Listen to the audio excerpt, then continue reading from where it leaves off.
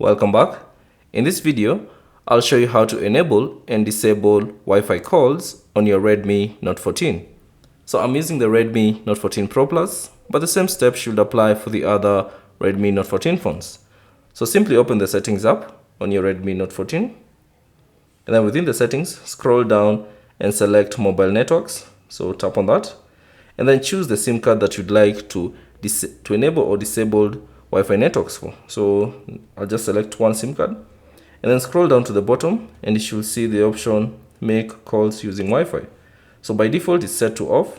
So if you'd like to enable it, simply tap on the toggle switch icon and that will enable it. And once you enable it, you'll see this option appear, network preferences. So simply tap on that and choose if you prefer to make Wi-Fi calls using your mobile network or your Wi-Fi. So choose the option that you prefer.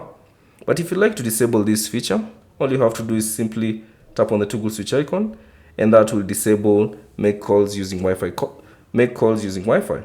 So that's basically it on how to enable and disable Wi-Fi calls on your Redmi Note 14. Thanks for watching.